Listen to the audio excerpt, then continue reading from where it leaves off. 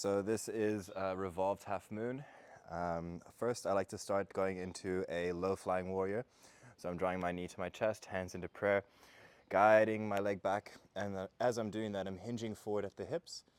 I want to try and keep my hips squared, so I don't want my one hip flaring open for this one at least, for low-flying warrior. And then from here, I'm lowering my right hand downwards.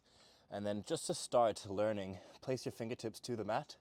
And then you're extending your opposite arm, my left arm, towards the sky. Find a drishti, a staring point, just to direct your attention to help you balance, to stay focused. And then if you want to challenge it, you can eventually look to the left, or maybe even look up at your left thumb. And you'll notice I'm shaking and wobbling just because I'm working that much harder to stay upright, to stay balanced. But in the beginning, just start to look downwards in front of you. Then from there, if you want to challenge it, try to lift or remove the weight of your right hand or your bottom hand from the mat. And then even more, you can have a bind, drawing your back heel to your glute and catching on. This is known as Chapasana. You can take it a step further, finding a modified dancers, pressing the back foot away from you, and I'm reaching my opposite arm towards the sky.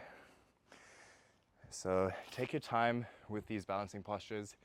It takes a while to figure it out, and it's better to go slowly, just to work through the wobbles, just to learn how to correct yourself in terms of balance and positioning.